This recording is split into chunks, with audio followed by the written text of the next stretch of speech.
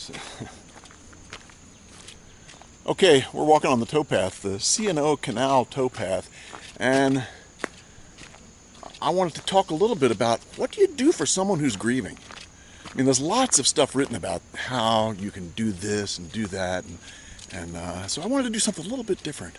And a little bit different is to give you an idea about what is it that's common to all grief that helps you then understand what you can do for it. And there's a couple of things we can talk about. The first is safety. You know, anytime someone's grieving, the first thing they have to do is they've got to find safety.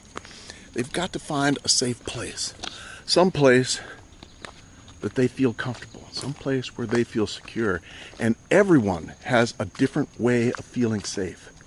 Everybody's got a different place to feel safe. Everybody's got a different way to feel safe. But you know, most of us only think about the female way, which is primarily, and it's not all females, but many females, have this way of talking about it. Sitting and talking is a safe place for them. But that's not true for everyone. You know, some people find safety in very, very different places. Where does someone feel safe?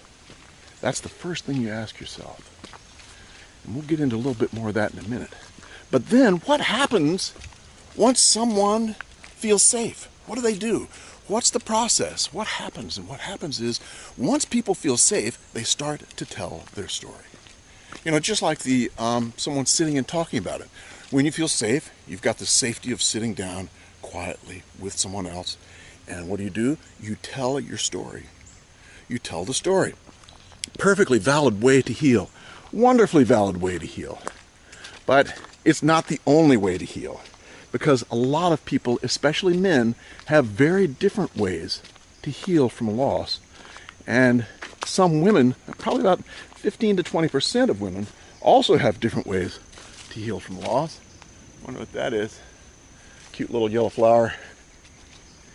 And then people have different ways to tell their story.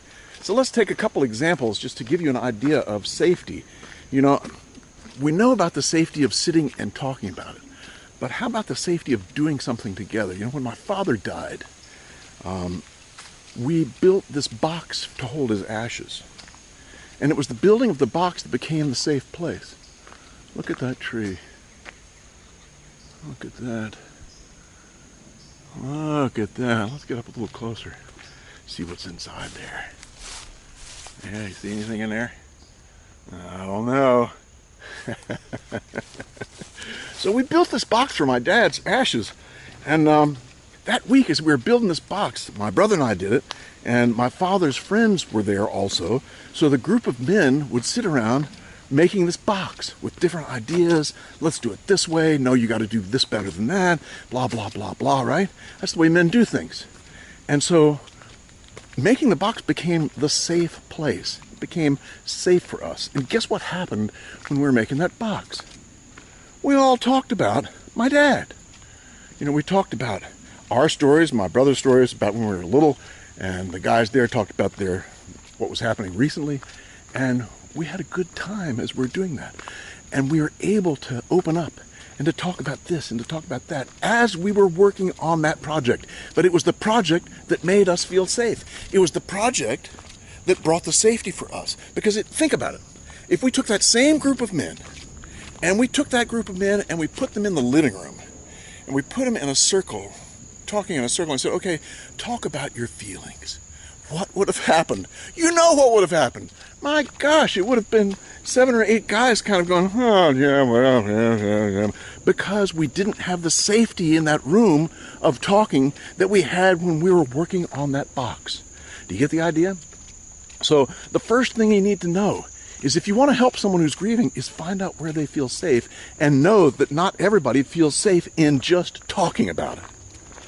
Now, there's a number of different ways that people tell their story, and maybe we can talk a little bit about those before we stop, because this helps you too. And you know, one way is that box was what? It was practical. We were doing something together that was practical.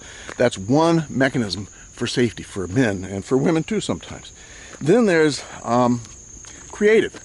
You know, doing something creative, writing a song like Eric Clapton did, playing something in honor of someone is another way to tell that story in that safety.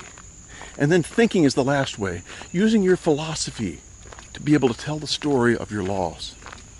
So all of those actions are a little bit different, and all of them have something in common. They have in common the idea of honoring the loss and honoring the person who died.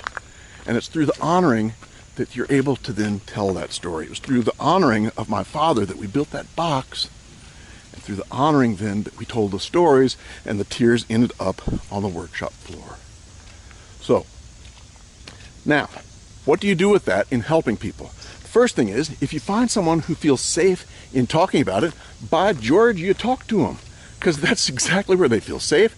That's what they need. But if it's someone who needs action to heal, and there's action, inaction, and interaction are basically the three main ways of processing our loss through stories.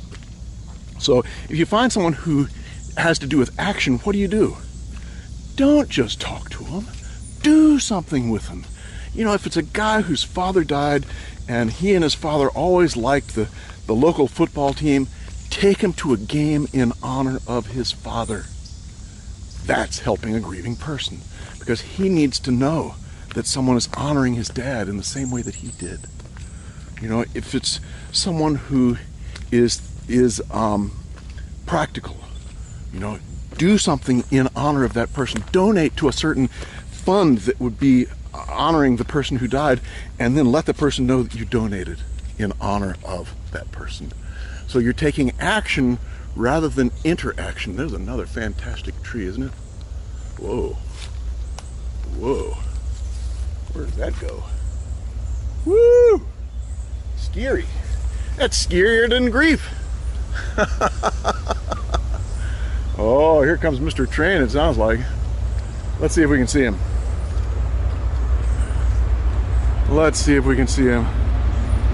That's the canal right there, by the way, with no water in it. There he is. He's going slow. He's probably pulling a big load. Let's see what he's got. Maybe empty. Probably coal cars that are empty. Anyway, I hope that gives you some sense of things you can do for people that may be a little bit different from what you usually do. I mean, talking is good. Putting your hand on your shoulder is always really good. But doing things in honor of is something sometimes people don't think about, but are very, very potent. So, see what you can do with that. And we'll see you next time. I hope you enjoyed the walk. If you're interested in these topics, the ideas of different ways to feel safe and the ideas of different ways to tell your story, I've written 3 books on this, 2 of which were for men. And the latest one is a book for moms, helping her understand her son, the way he heals, the way he plays, and how he's different from his sister, and how, knowing these things, you can get closer to him. So if you're interested in those, I'll put links to the books in below, and we'll see you next time.